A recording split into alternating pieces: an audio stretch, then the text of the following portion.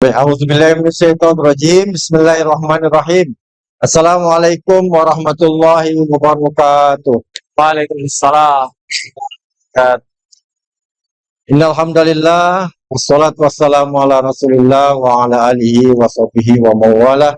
La haula wa la quwwata illa billahil aliyyil azim. Wa qala Allah ta'ala fi kitabil karim, a'udzubillahi minasyaitonirrajim. Innama ya'muru masajidallah man amana billah wal yawmil akhir wa aqamas shalah wa ataz zakah wa lam yakhsha illallah wa asa ulaika yakunu minal muhtadin. Wa qur rabbi anzilni munzalan mubarakan wa anta khairul munzilin. Qala rabbi ishrah li sadri wa yassir li amri wa hlul 'uqdatam min lisani yafqahu qawli. Rabbi zidni ilman warzuqni fahman birahmatika ya arhamar rahimin. Bersyukur kita dengan bersama-sama melapaskan hamdalah. Alhamdulillahirabbil alamin. Berselawat kita kepada junjungan kita Nabiullah baginda Rasulullah Muhammad sallallahu alaihi wasallam. Allahumma shalli ala sayyidina Muhammad wa ala ali sayyidina Muhammad.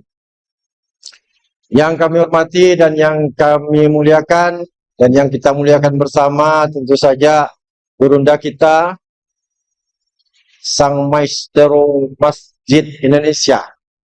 Jadi saya pun sebenarnya hadir ke sini ini mau belajar, mau duduk belajar, tapi ketemu sama Kiai Ikhwani. Beliau ini provokator masjid. Jadi daulat juga duduk di sini. Sebenarnya grogi nih belajar depan guru nih. Karena jauh sebelum ada Masjid Kapal Munzalan, saya dengan kawan-kawan Pontianak itu sengaja studi banding ke Yogyakarta. Karena yang memberikan informasi ini bukan orang sembarangan. Menko Kesra, mantan Menko Kesra pada saat itu, Insinyur Haji Azwar Anas, mantan gubernur Sumatera Barat, kemudian naik ke kabinet menjadi Menteri Perhubungan, kemudian terakhir Menko Kesra. Beliau menginformasikan bahwa ada masjid percontohan di Indonesia, ada di Jogja. Dan saya mendengarkan presentasi pertama kali tentang Masjid Jogokaryan ini, tidak tanggung-tanggung, 4 periode yang lalu, 20 tahun yang lalu, tepatnya pasca tsunami Aceh. Aceh, tsunami akhir 2004, kami ketemu dengan Ustadz Jazir pertama kali di Banda Aceh. Di Aula Asrama Haji, Banda Aceh. Nah, saya begitu mendengar ada masjid percontohan, kemudian subuhnya itu seperti sholat Jumat, itu udah kayak magnet gitu. Jadi saya langsung datang ke panggung, name tag saya keluarkan, ambil pen, minta nomor kontak Ustadz Jazir. Kemudian beliau udah sampai Jogja, awal 2005 itu kami adakan studi banding. Karena saya ini tamat SMA, udah jadi marbot masjid. Kenapa jadi marbot masjid? Karena masuk perguruan tinggi negeri di Untan, Universitas Tanjung Pura, Sepen Maru tahun 87, tidak lulus. Alhamdulillah. Waktu itu saya sedih. Sekarang saya bersyukur, untung tidak lulus. Nah, wasilah tidak lulus itulah jadi marbot masjid. Marbot masjid ini masjid raya. Namanya Masjid Raya Mujahidin. Mengabdilah di Masjid Raya Mujahidin dan dididik, diarahkan oleh pendiri Masjid Raya Mujahidin yang alumni Jogja juga, muallimin Jogja. Bahkan membawa Muhammadiyah pertama kali ke Pontianak, itu beliau. Saya nyebutnya Abah Mawardi Ja'far, dan beliau itu bukan orang Kalimantan Barat. Orang hijrah juga, orang muhajirin juga, kelahiran Barabai, Kalimantan Selatan. Kemudian tokoh Masumi juga. Jadi cocok sekali dengan Ustadz Jazir nih. Jadi kalau beliau ini sering menyebutkan tokoh-tokoh Masumi dulu, karena memang tokoh-tokoh Masyumi inilah yang membawa Muhammadiyah, kemudian di Dewan Dakwah, itu menjadi inspirasi kita untuk bagaimana dakwah berbasis masjid. Nah, kami studi banding, kemudian dipresentasikan, bahkan saya nginap di lantai 3 Masjid Jogokarian. Hasil presentasinya semua kami bawa pulang, tapi betul kata beliau tadi. Amati, tiru, nggak usah modifikasi lagi, langsung plek-plek gitu. So dibanding juga, tapi tidak mau dikerjakan. Ini saya nih, dari 100%, itu tidak lebih dari 20% yang diterapkan. Udah langsung legit menjadi masjid peringkat 2. Masjid kampung ini, belum ada cerita muzalan, belum. Jauh sebelum ada muzalan. 5 tahun saya praktek apa yang disajarkan oleh Ustaz Jazir, berbuah. Masjid kampung saya praktekkan, kemudian Masjid Raya Mujahidin saya praktekkan juga. Itu tadi, masih manual. Bikin kencelengan, faktor kali. Jangan berharap kepada pengusaha besar. Begitu pengusaha besarnya ngasih 100.000, kita kecewa. Karena harapan kita 5 juta, 10 juta gitu. Faktor kali. Itulah perlunya database. Jadi yang saya ingat betul tuh, begitu pulang, kita data. Kita tentukan area dakwah kita. Peta dakwah itu penting. Dari mana kita posisi masjid di mana, radius 40 KK, barat, timur, utara, selatannya jelas. Lingkungan dakwah yang mau kita dakwahin dari masjid. Singkat cerita, yang paling berkesan, kita aktivis masjid mau membangun peradaban, tapi bangun subuh pun tidak mampu. Jadi kata kunci yang pertama, selain database, kemudian peta dakwahnya jelas, membangun kekuatan sholat subuh berjamaah. Dan tidak ada takmir masjid yang kami angkat dikasih amanah yang mukanya tidak pernah muncul di sholat subuh. Tidak dikasih amanah. Yang dikasih amanah itulah yang betul-betul memakmurkan masjid dengan sholat subuh berjamaah. Nah, alhamdulillah 5 tahun kita praktekkan. Kemudian Allah kasihkan rezekinya min haitsu la yahtasib. Jadi kalau kawan-kawan yang ngabdi ke masjid baru setahun 2 tahun udah kendor, udah mundur duluan, teruskan. Karena kita tidak tahu kapan nih zam-zamnya akan muncul, kemudian kapan nih Hijr Ismailnya akan muncul. Atas izin Allah, saya dakwah bawa ustadz. Saya bukan pendakwah. Yang pendakwahnya Munzalan itu Ustadz Lukman. Saya ini cuma menyiapkan panggung. Tapi oleh karena sering dengar, akhirnya ketagihan juga ngomong. Alhamdulillah. Ini ada Bang Irfan juga saksi di awal-awal Mas kapal Munzalan. Yang yang bikin roti pertama kali, roti gembol, sekarang jadi roti bahagia. Ini jadi amal solehnya Bang Irfan, alhamdulillah.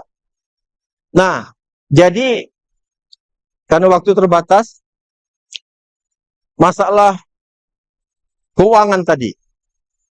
Jadi kalau masjid mau menggerakkan dakwahnya dengan berharap kencelengan masjid yang ukurannya hanya 30, tingginya 30, lebarnya 40, mungkin ada 10 biji, itu berapa juta lah paling. Apalagi masjidnya hanya muat 300 orang. Masjid kami itu kecil dalam gang lagi. 11 kali 17, kemudian 95% di lingkungannya itu non-muslim. Betul-betul pakai jemput, bikin kajian berkah negeriku dengan Al-Quran, itu kami datangkan jamaah untuk jadi pendengar Ustaz Lukman. Nah, aqimus sholah wa atuz zakah. Jadi ayat amanah dari langit tadi ini, atau ayat 18, aqimus sholah wa atuz zakah. Aqimus sholahnya ini, mahligai untuk menegakkan sholat. Itu kata Ustaz Jazir, 800.000 masjid. Belum lagi termasuk musola, surau, masjid perkantoran, masjid kampus. Oh, mungkin hampir 1 juta. Jadi secara fisik, sebenarnya tidak perlu lagi kita bikin masjid. Tapi yang perlu dibangunnya itu adalah manusianya. Terutama sholat subuhnya. Kemudian, pasangan dari aku musola tadi adalah wa'atu zakah. Mestinya setiap ada Baitullah, ada Baitul Mal. Baitul Mal inilah yang kita sebut dengan kencelengan raksasa. Jadi Masjid Kapal Munzalan 11 kali 17, tapi dia punya Baitul Mal, ada rumah 2 lantai kita bebaskan dari perniagaan, dari jual beli, kemudian kita eksekusi rumah ini, kemudian kita wakafin jadi Baitul Mal. Nah, Baitul Mal inilah yang diisi oleh anak-anak muda. Dakwanya Ziswa. Alhamdulillah atas izin Allah, mulai bergerak dengan kekuatan infak sedekah, menggerakkan dengan kekuatan zakat, bertumbuh bersama dengan kekuatan wakaf produktif. Nah, jadi sebenarnya konsep ekonomi kapitalistik itu punya perbankan, punya tabungan, punya deposito, punya asuransi, punya saham. Kita juga punya. Masjid harus menjadi perusahaan terbaik di muka bumi. Dakwanya Ziswab. Jadi kalau mereka punya peradaban ribawi, kita punya peradaban nabawi. Iqra' Madinah. Apa yang dilakukan Rasulullah. Tahan pokoknya, sedekahkan hasilnya. Itulah wakaf produktif. Kemudian mulai dari sesuatu yang kecil. Mulai dari sekarang, mulai dari diri sendiri. Mulai dari gerakan. Kami hanya contohkan gerakan infak beras. Sehari 1.000. Semua mampu, semua orang bisa bersedekah. Sehari 1.000, 25.000 sebulan. Kemudian dikumpulkan oleh pasukan amal soleh. Kemudian dibelikan beras terbaik. Mulai dari 300 kilo. 2012 300 kilo.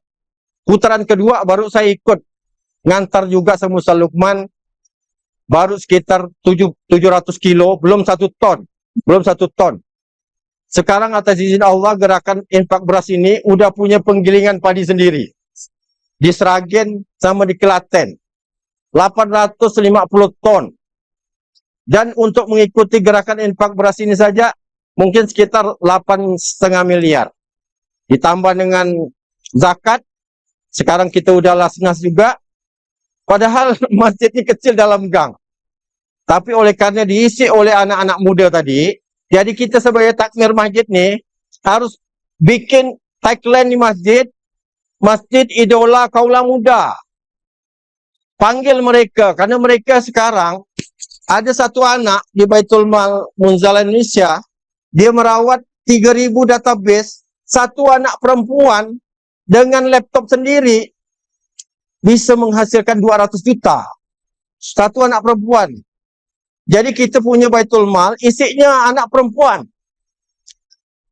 Sementara sekarang banyak masjid diurus oleh bapak-bapak.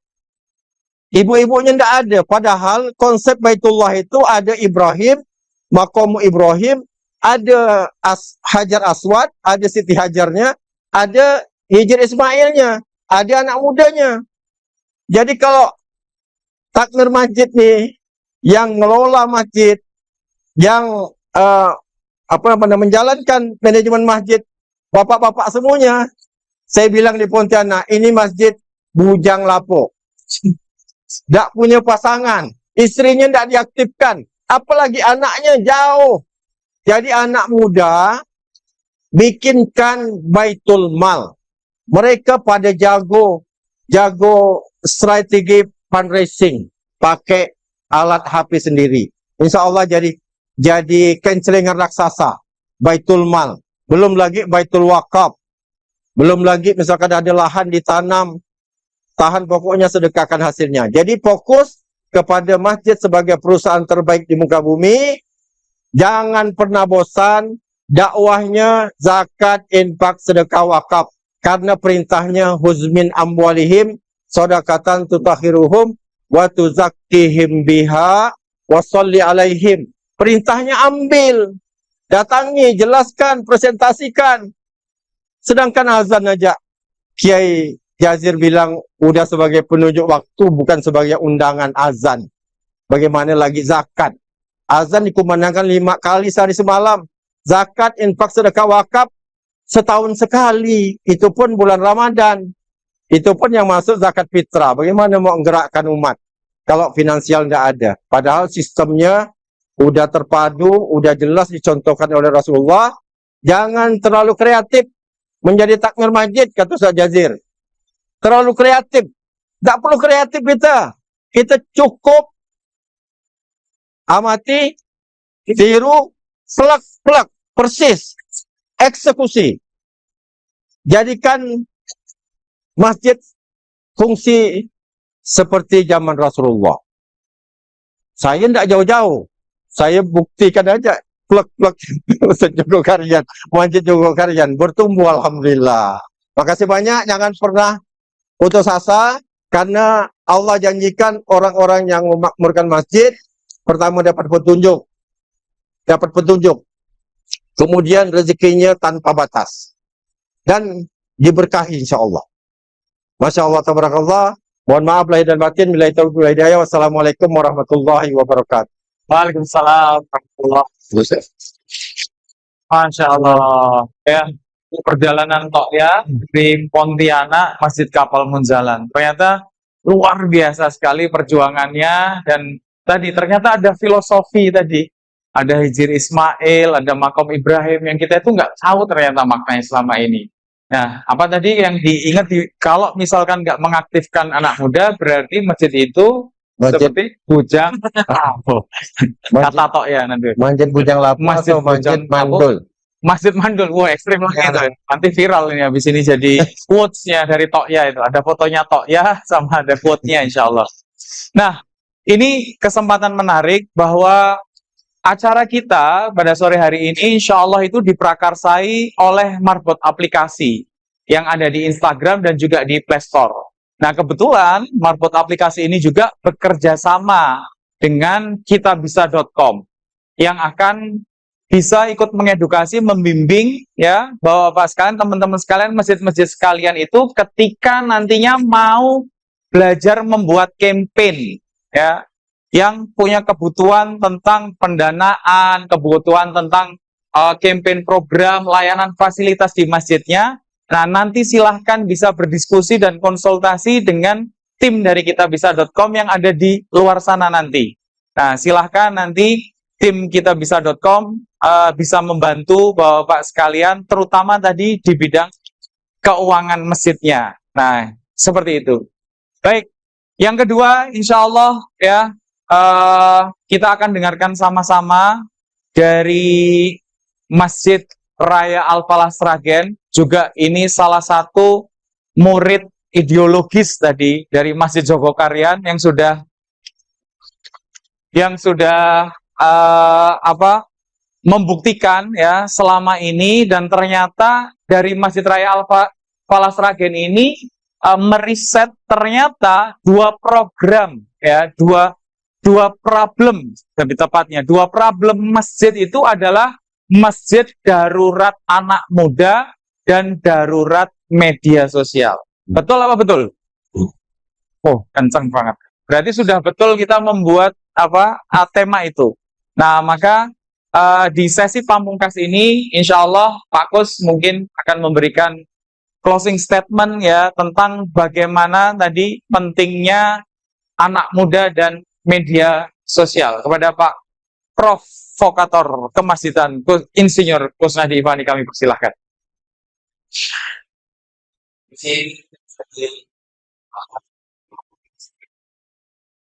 Masjid adalah yang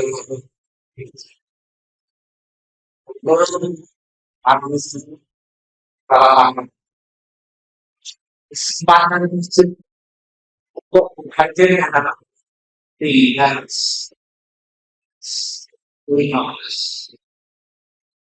kenapa di tahun 2040 yang jumlah penduduk Indonesia itu 890. Maka untuk di 10 tahun lalu dihadir jadi penduduknya Mas. Maka silakan ya, halaman tahun 2016 menggandeng anak pang, anak jalanan, anak skateboard, pakai kemenangan dulu, pasti nggak suka sepat dan cantik. Saya kasih panggung namanya Rama. Lomba skateboard. Bahkan kemarin ada kompetisi. Saya inginkan anak-anak muda dengan masih kelas dan lain sebagainya. Jadi kemarin Ramadan hadir sekitar 200 tim. Gimana cara masjid Al-Falah bikin surat pada yang terhormat para SMA Sake, kepala sekolah SMA, kepala sekolah semua, kepala sekolah semua harus diserahin. Bapak kepala sekolah kami bina anak muda yang akhirnya cinta ke masjid, aktivis masjid, silakan jadi relawan. Akhirnya banyak yang foto-foto, biasanya harus ya. Tugasnya apa? Nyiapin buka puasa, uang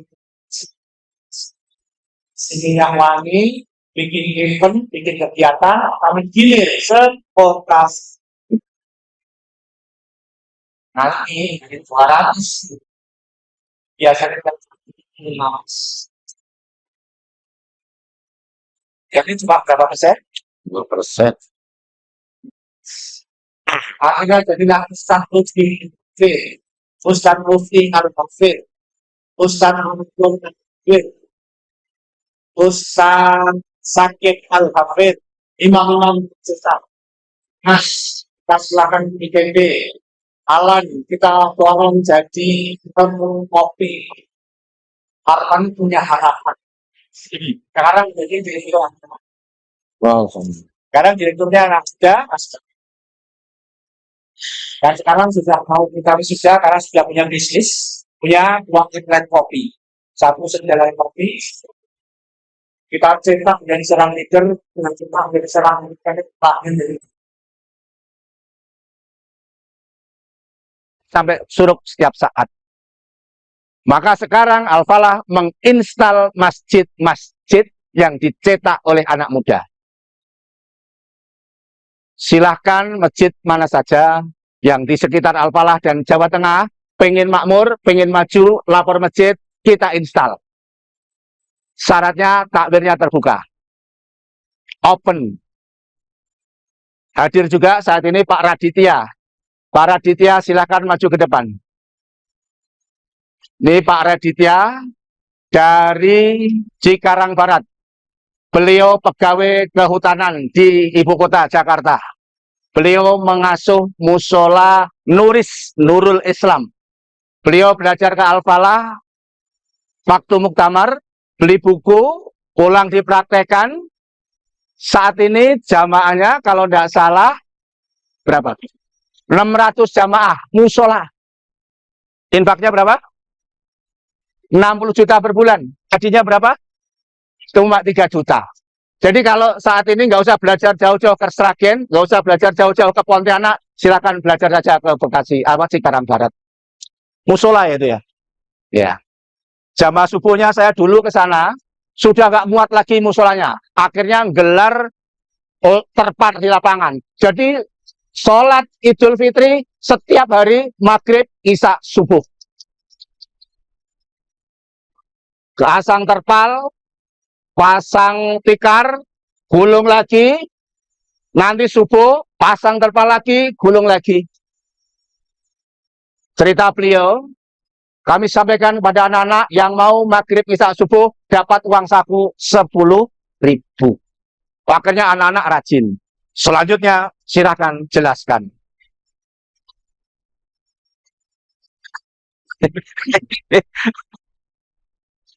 Assalamualaikum warahmatullahi wabarakatuh.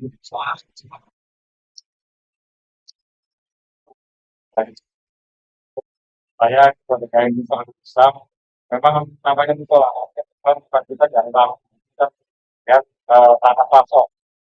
Jadi kita bisa menampung jemaah sampai pusat. Dua enam empat terus kan kita buat jemaah. Jadi awalnya saya dipilih jadi ketua KM sama OP, biar saya bisa para memaparkan si ketua musola dan saya betul ke kalian kita tidak bisa pada kapal. Alhamdulillah ketemu dengan Pak Bupati pada saat tawar pembagian tahun 2020. Setelah dari sana saya ini dan saya baca dan berpikir awalnya saya tidak bahwa bapaknya dengan surat undangan di lapangan baca dan undangannya orang Walmahan. Kemudian yang kedua ternyata kedatangan mereka tidak begitu salah, bahkan area kalau di sini sudah banyak yang bisa ngebul, kita salah materi sedikitnya datang. Hanya nggak begitu banyak hal. Akhirnya saya berpikir bahwa daripada bapaknya dulu bisa masuk, kita samakan anak-anaknya. Akhirnya saya sampaikan ke anak saya, Mas bisa nggak hidupnya ke musola, nanti hanya kasih nilai itu. Akhirnya anak saya nggak ada keputusannya. Hari pertama itu 22. Tapi setelah bertambah, kayaknya saya pikir masuk cuma rata sama anaknya. Saya bilang, yang bisa ngajak bapaknya, saya tambah jadi 1.000. Mas beritanya segini. Tapi begitu saya bilang, kalau datang sama bapaknya, saya akan ke taman safari kalau itu mah berantem sama bapaknya kalau bapaknya. Begitu anak itu tadi bersih, bapaknya ngerti, nangis di rumah Pak. Tapi waktu pulang santri itu datang ke rumah, tanya nggak terimanya. Mungkin beliau belum dapat hidayah atau berjamaah, datang ke rumah, menyampaikan kata-kata ini bahwa tolong kita semua ada soalnya komunikasi satu alhamdulillah Pak. Semenjak kejadian itu saya inisiatifnya saya ajak apa namanya musola bapaknya juga saya ajak diskusi saya ajak kaji segala macam alhamdulillah sekarang istiqomah di angka 400 sampai 500 kadang-kadang 600 kalau pas kajian subuh hari Minggu karena memang hari itu adalah hari Ibu. Nah kemudian untuk yang remajanya Pak sama kita juga sama kita undang tapi syaratnya karena dia harus datang subuh sama Isya baru kita kasih jadi sebenarnya pakai metode duit ini paling istimewa, paling gampang. Dan ternyata setelah saya praktekkan, itu ternyata duit yang kita terima itu bukan lagi duit dari kita, tapi dari orang tuanya. Saya contoh nih, mahal nih, buat kecil. Mas, kamu punya surat akan 10.000. Saya ini mau berangkat, Pak. Kenapa? Karena lingkungannya belum lingkungan orang tapi ketika duit itu dikumpulkan oleh musola, jadi musola bikin program, banyak yang kita kecil, kita 10.000 buat mereka yang mau datang sama orang tuanya. Kan begitu. Tapi kalau satu orang itu tidak berarti. Makanya awalnya kita memang ngomokin, tapi terus sekarang kita orang pelajari kita berikan kalau mereka sudah berjamaah dan kita ajarin adab juga. Waktu diantaranya kita nggak sholat nggak boleh berisik, nggak boleh bertanding, pakai takbir. Dan waktu Pak saya juga tempat saya itu bulan apa ya Pak? 2 tahun yang lalu ya. 2 tahun yang lalu. 1.000 jamaah. Waktu pas kajian di mana, beliau nggak nyangka. Oh, kalau sebanyak ini jamaahnya, kalau itu soal paling teman 100 orang lah gitu. Alhamdulillah, begitu itu terkait Pak Jajin juga udah pernah tempat saya, alhamdulillah, semuanya menyampaikan bahwa Masya Allah, dan kemudian juga Masya Allah kita, kemudian kalau dikasih secara data sebagai santri taksi, tempat kita itu 80 orang.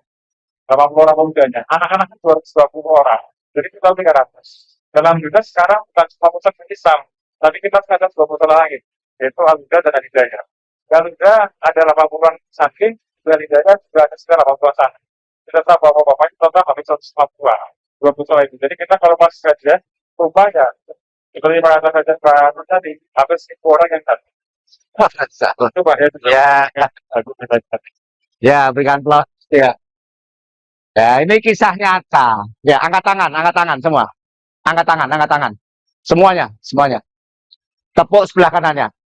Ikuti kata-kata. Saudaraku, mulai hari ini Saya baru sadar, ngajak anak muda, mudah. Mulai hari ini, saya bertobat, akan ngajak anak muda ke masjid. Ya, bertobat ya, sebelah kiri. Ya. Saudaraku, terima kasih telah diingatkan. Mulai hari ini, saya bertobat, akan ngajak anak muda dan media di masjid. Astagfirullahaladzim. Ya. Para didia bisa, Tok ya bisa, apalagi guru kita, Mas Agung bisa, semua bisa. Insya Allah, kalau ini menjadi sinergi yang luar biasa, maka insya Allah akan bisa. Makan salad pakai daun merah, ditambah keju dan buah pepaya. Mari sholat di masjid berjamaah, umat Islam makin maju dan berjaya. Sampun, udah tobat semua. Jadi sudah selesai materi tentang darurat anak muda dan darurat media. Terima kasih. Ya. Selama ini mungkin kita sebagai takmir, sebagai pengurus itu punya mindset masjidnya pengen sekali dimakmurkan. Titip gue Jadi mikirnya gimana caranya Titip. masjid kita kan cuma 10 menit nih saya. Kan apa? Jadi pada pagi jadi pagi. mungkin kita agak kelewat. Apa itu? Sudah seharusnya ketika kita menjadi pengurus, menjadi takmir, menjadi makmur masjid, justru masjid yang sudah diamanahkan kepada kita itulah yang seharusnya punya semangat untuk memakmurkan jamaah. Jadi bagaimana masjid memakmurkan jamaah sehingga nanti jamaah akan memakmurkan masjid. Selanjutnya terakhir kami persilahkan kepada Kiai Jazir. Kepada Kiai Jazir kami persilahkan. Assalamualaikum warahmatullahi wabarakatuh.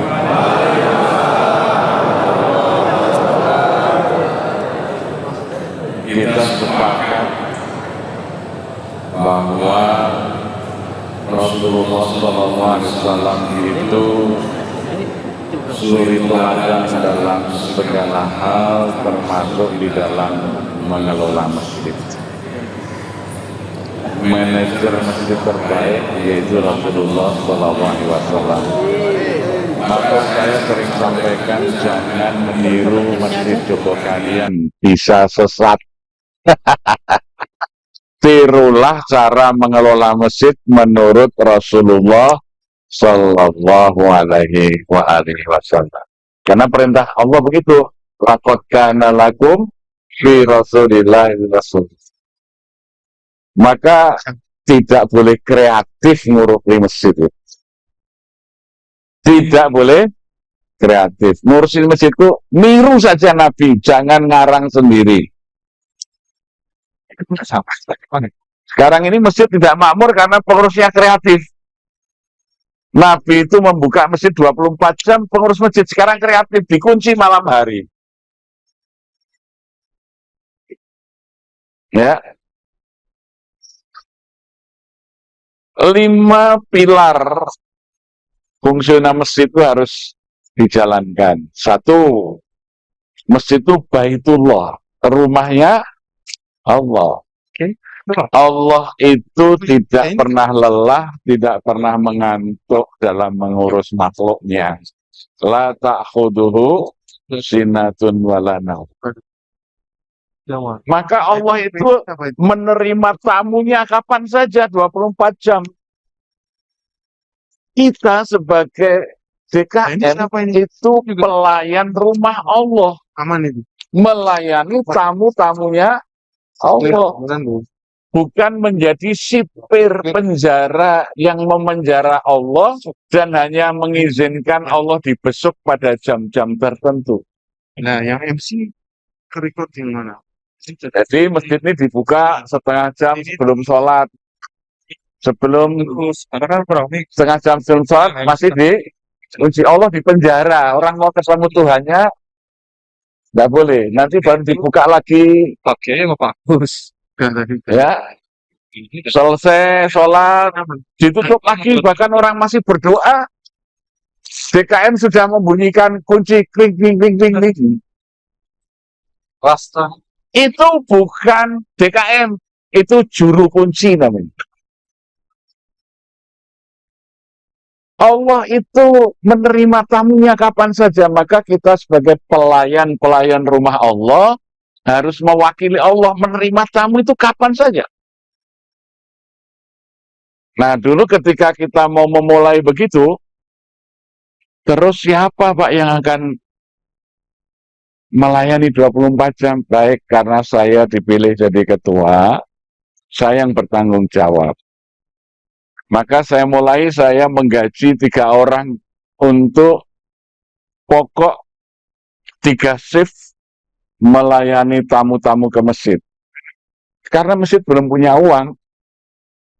Ya alhamdulillah saya ada rezeki, saya yang menggaji 3 karyawan tadi. Untuk bergantian menjaga masjid 24 jam untuk melayani tamunya. Yang kedua, kita temani, saya mengajak bapak-bapak muda yang aktif di masjid, saya jadwalkan ronda masjid. 1 malam 7 sampai 15 orang. Berjaga di masjid untuk ronda, melayani orang yang mau ke masjid. Supaya 24 jam masjid itu melayani tamu-tamu Allah, dan saya punya keyakinan. Bekerja pada makhluk yang kikir dan miskin saja digaji oleh makhluk itu. Kalau Anda kita bekerja di pemerintah, digaji pemerintah. Kalau kita bekerja di perusahaan, digaji perusahaan. Tapi karena pemilik perusahaan dan pemerintah itu kikir dan miskin, maka gajinya selalu upah minimum. UMP, UMR.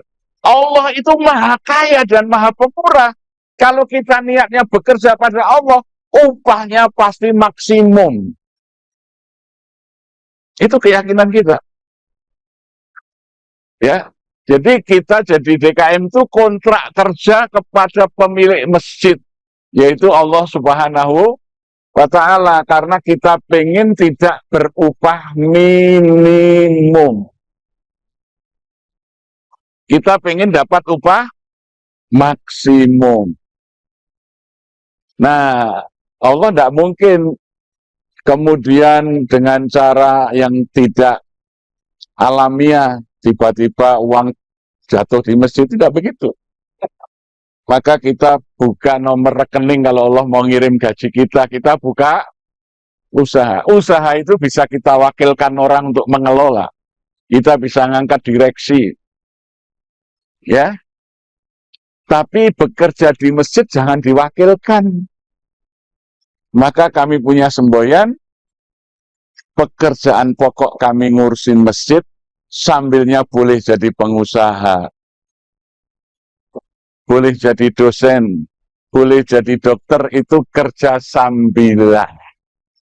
Kerja pokoknya ngurusin rumah Allah. Nanti gaji pokoknya dari Allah. Kerja sambilannya itu sekedar buka rekening kalau Allah mau ngasih bonus. Kalau Allah mau gaji, cara Allah itu tidak reguler. Tidak reguler. Karena Allah itu zat yang suka memberi kebahagiaan. Maka wa may yattaqillaha yaj'alahu mahraja wa yarzuqhu min haitsu la yahtasib. Kalau kita bekerja pada perusahaan, sudah tahu gajinya sekian, tunjangannya sekian, nanti ada bonus sekian, kita hitung. Kalau metode Allah nggak begitu. Min haitsu la yahtasib, ingin membuat kejutan, sesuatu yang tidak pernah kita perhitungkan. Ya, tahu-tahu orang datang, saya itu tidak punya percetaan. Ada orang, Pak, saya menyetak Quran sekian ribu. Loh, saya ini bukan percetaan. Ya, tapi Pak Ustadz kan ngerti cetakan Quran yang bagus mana, yang benar mana. Saya itu enggak punya, enggak apa-apa, udah satu berapa loh gitu. Itu contoh kecil aja. Ya, orang datang ke masjid, Pak, saya ini kena PHK dari perusahaan mebel saya. Anak saya 7 masih kecil-kecil. Pokoknya saya terserahlah di masjid disuruh apa saja. Masjid tidak ada kerjaan, ya udahlah. Tadinya kerjanya apa? Saya membuat kursi, Pak. Ya udah, itu kebetulan saya punya lahan kosong. Dulu waktu gempa 2006 itu Jogja itu 2006 itu banyak bongkaran rumah dibuang ke tanah kosong saya. Saya suruh coba itu kayu-kayu itu bisa dibuat apa? Buat kursi bagus. Ada tamu datang. Loh Pak Ustadz sekarang buat mebel kok? Buat. Dan tamu saya pesan sekian untuk ya, niat saya cuma ngopeni jamaah, akhirnya saya jadi juragan mebel. Itu namanya min haitsu. Allah itu selalu memberi itu min haitsu la yahtasib, surprise sehingga kita itu dapat sesuatu yang membahagiakan. Tapi kalau kita kerja pada makhluk, upahnya secara reguler, tidak pernah dapat kejutan, ya. Nah, maka semakin tua, Allah itu semakin menghargai kita. Maka kalau Anda jadi PNS, pegawai perusahaan, begitu turun SK pensiun, ambil SK yang lebih, yaitu SK-nya dari langit. Sudahlah, saya pindah kantor ke rumah Allah, jadi pegawainya Allah, SK-nya baru, gajinya lebih besar, insya Allah. Tidak ada pensiun di dalam Islam itu. Makin tua, makin berharga. Ya.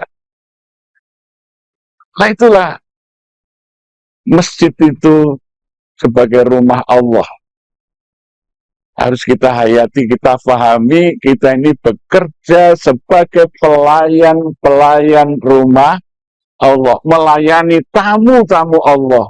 Kita layani dengan sebaik-baiknya. Maka gelar Raja Saudi itu apa? Khodamul Haramain Wasyarifain.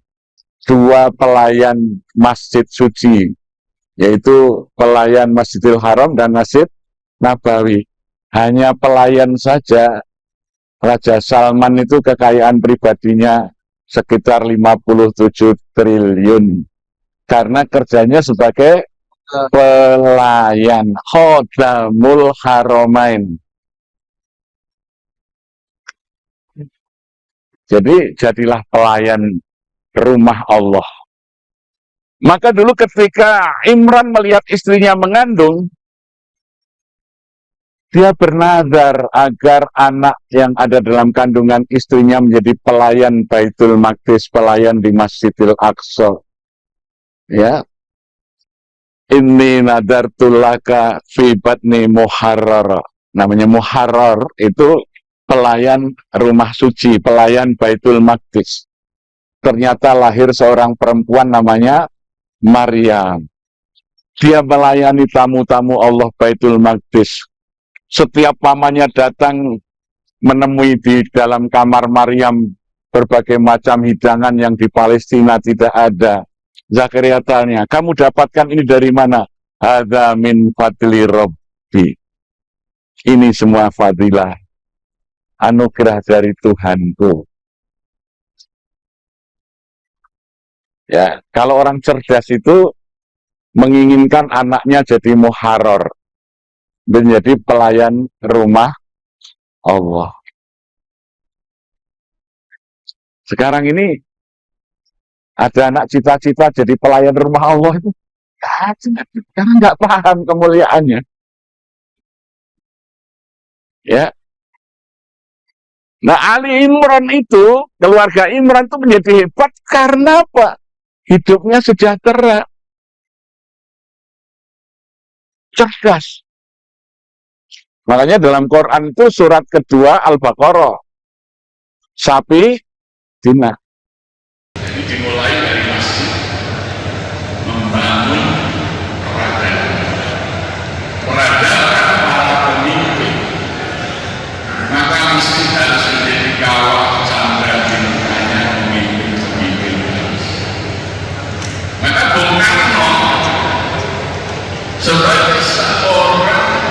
sejarawan dan pelaku sejarah membuat monumen berupa masjid. Pertama dibangun masjid di Jogja sebagai monumen perjuangan, namanya Syuhada. Baru sesudah selesai dibangun masjid di Jakarta, ibu kota setelah hijrah dari Jogja ke Jakarta, namanya Masjid Istiqlal, artinya kemerdekaan. Tidak ada kemerdekaan sebelum ada Syuhada. Tidak ada Istiqlal sebelum ada Syuhada.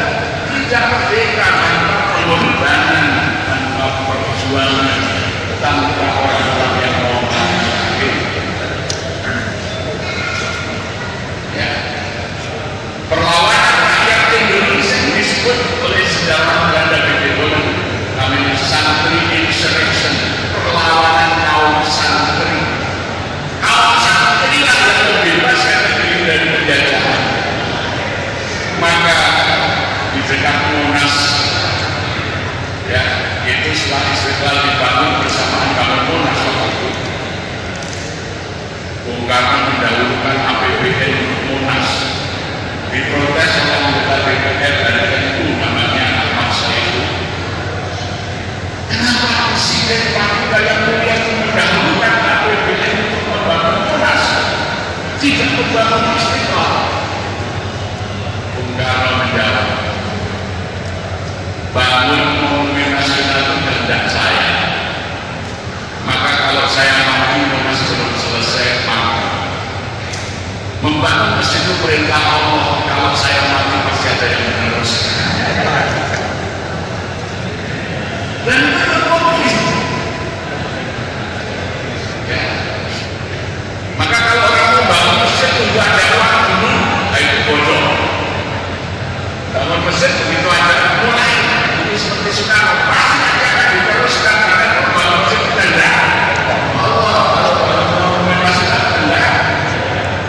Bukan apa-apa. Ya, kalau mau membangun masjid yang bagus tidak apa bisa, baru dikait angkeran.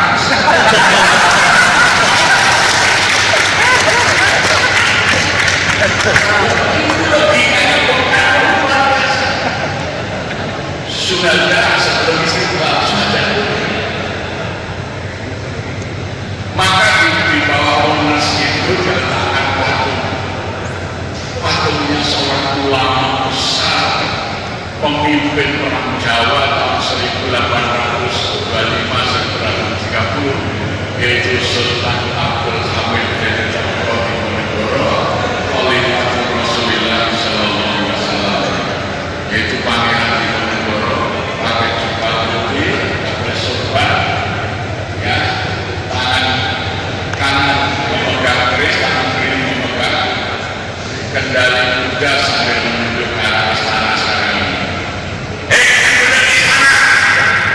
Kamu nggak bisa jadi presiden kalau kamu tidak berjuang.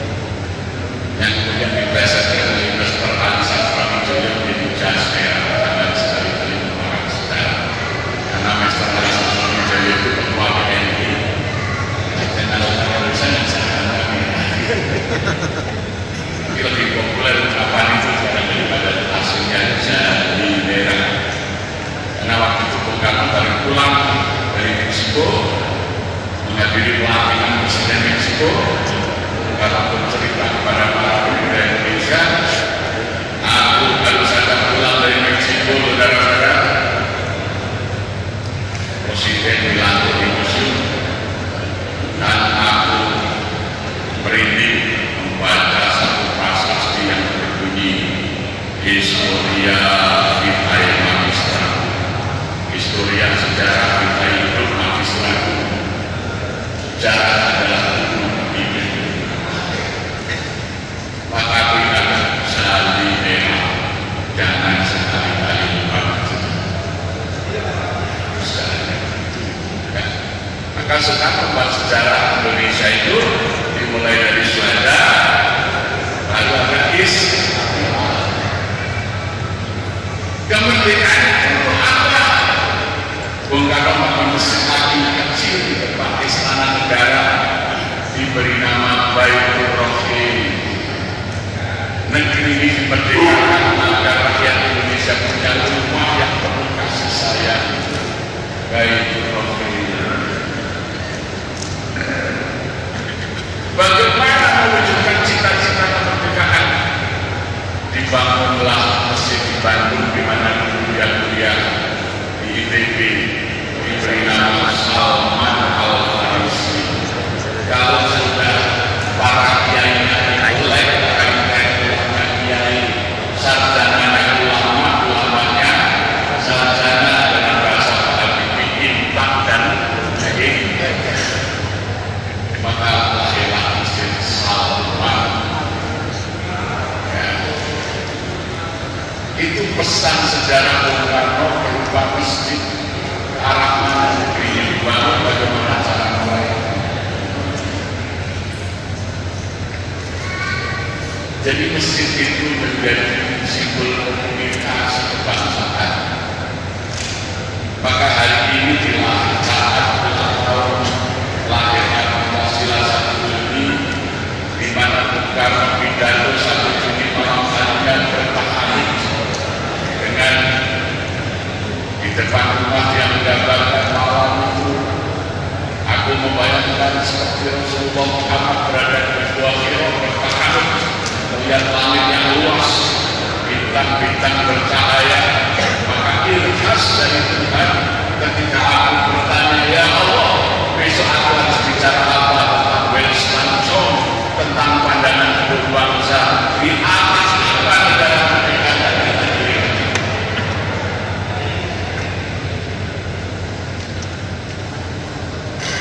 Jadi masjid itu menjadi lokomotif perubahan.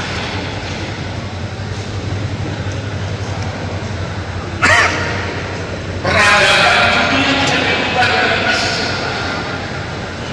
Dari jahiliyah menjadi masa gemilang, dimulai dari masjid. Oleh karena itu, saya ingat ketika dunia pergerakan mahasiswa mengalami pressure dari kekuasaan Orde Baru setelah peristiwa Malang petaka 15 Januari 64, dikeluarkan NKK, organisasi kehidupan manusia, PKK, organisasi mitra kampus dibubarkan dan dialihkan dari kampus HMI, BMI, INN itu tidak boleh lagi berada dalam kampus, hanya satu organisasi nasional namanya BEM dan Badan Eksekutif dan Senat Mahasiswa. Maka para aktivis pindah beraktivitas ke musola dan masjid-masjid kampus, dimulai dari Masjid Salman. Ya, Bang Iman, Insinyur Haji Mahyudin Abdul Rahim menyebutkan Back Mosque. Kembali ke masjid, muncullah kemudian fenomena masjid-masjid kampus di Indonesia. Mereka yang ada di masjid kampus menggerakkan masjid di tempat kosnya masing-masing, muncullah remaja masjid di kampung. Kalau pulang liburan ke desa, menggerakkan remaja masjid di desa-desa, muncullah masjid-masjid ikatan remaja masjid, sampai ribuan remaja masjid tumbuh di seluruh tanah air. Ya. Dan itu membangun satu peradaban. Baru tahun 1401 Hijriah, dulu anak-anak sekolah itu nggak boleh pakai jilbab. Kalau pakai jilbab dikeluarkan dari sekolah. Dimulai dari aktivis Salman, seorang mahasiswi arsitek di ITB. Dia juara gadis sampul di majalah gadis, menjadi mahasiswa teladan, mulai pakai jilbab, maka kemudian menjadi idola para mahasiswi memakai jilbab. Sekarang jilbab sudah menjadi budaya nasional kita, sampai istri polisi, istri tentara pun sekarang pakai jilbab. Dimulai dari situ. Ya. Calon insinyur dan bintang di kampus, bulan Ramadan satu tempat nomor satu, mulai berjilbab, menutup rambutnya busana muslimah, amat pantasnya. Adinda, ya Aisyah, adinda kita, tidak banyak berkata. Aisyah, adinda kita, hanya memberi contoh saja. Ya, gitu ya. Gitu. Calon insinyur dan bintang di kampus, indeks prestasi tertinggi 4 tahun lamanya. Ada mahasiswi IP-nya 4 selama 4 tahun lulus sempurna.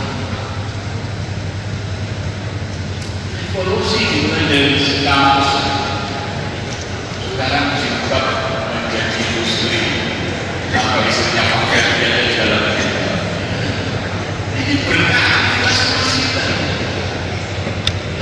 Jadi yang tadinya jilbab dianggap simbol ekstremis, jihadis, tidak boleh. Istri saya dulu lulus dari sipil mau jadi dosen di IGM, tidak boleh karena ketika pelajaran harus lepas.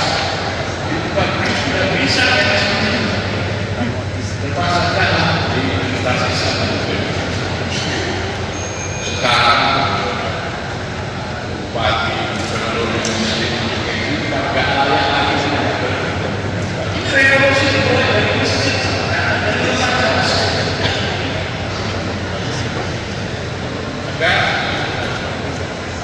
27 September tahun 77 dimulai dari Masjid Istiqomah Taman Citarum Bandung, ada silaturahmi macam masjid se-Jawa Sumatera. Saya waktu itu masih kelas 1 SMA mewakili macam masjid Jogokarian Jakarta lagi. Disitulah komitmen lahir Badan Koordinasi Pemuda Muslim Indonesia (BKPMI). Kita sampaikan kepada Presiden Mutaki waktu itu bagi Majelis Ulama Indonesia, sampaikan kepada agama, alam usaha korporat negara, dalam saya bilang kalau koordinasi pasti dilarang oleh pemerintah. Diperhalus saja menjadi koordinasi, menjadi badan koordinasi pemuda Muslim Indonesia. Dulu mau masuk remaja masjid itu harus mengikuti apa? Masa pembinaan rohani anggota baru. Jadi kalian mau jadi mahasiswa dan anggota masjid, baru setelah itu harus ikut kalian di latihan menjadi dakwah. Jadi ada jenjangnya dulu. Jadi dulu bergengsi dengan anggota remaja masjid. Nah, saya kira ini perlu dibangun lagi. Masjid-masjid perekrutannya remaja ada mapra banyak, ada asal pembinaan rohani. Jadi seperti orientasi kampus kalau mahasiswa ini dulu kami juga begitu. Ada mapra masa pembinaan dan baru setelah itu leadershipnya pertama LMP, kemudian menjadi dakwah. Ini kaki-kaki tumbuh lahirlah intelektual ini. Karena waktunya, jadi perjalanan sejarah kemasjidan Indonesia itu dimulai dari kampus.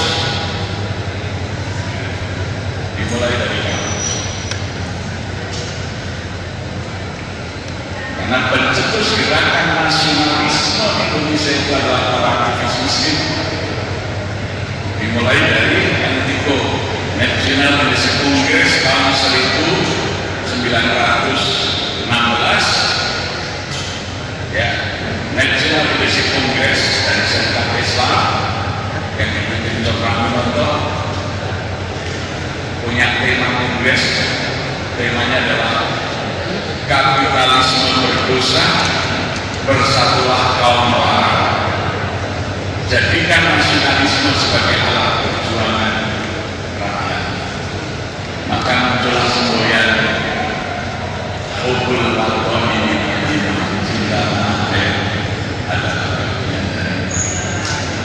Jadi di Indonesia itu nasionalisme tumbuh dari masyarakat. Ya. Oleh karena itu 80 tahun Pancasila lahir. Agustus nanti 80 tahun Indonesia merdeka. Kalau ingin cita-cita kemerdekaan Indonesia terwujud, harus kembali dari nasib. Nasib Allah yang mampu mengangkat Indonesia menjadi pemimpin dunia.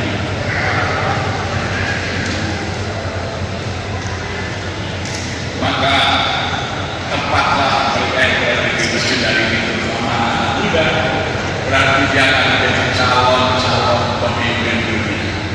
Mereka yang jalan dari masjid akan ketinggalan kereta. PBB meramalkan jumlah penduduk bumi akan mencapai 9,8 miliar di tahun 2050 dan Islam akan menjadi agama mayoritas dengan 33% dari total penduduk bumi. Dan umat Islam itu akan terpusat di negeri Allah Indonesia. Jadi Indonesia itu akan memimpin dunia dengan Islam di tahun 2050. Allahu Akbar.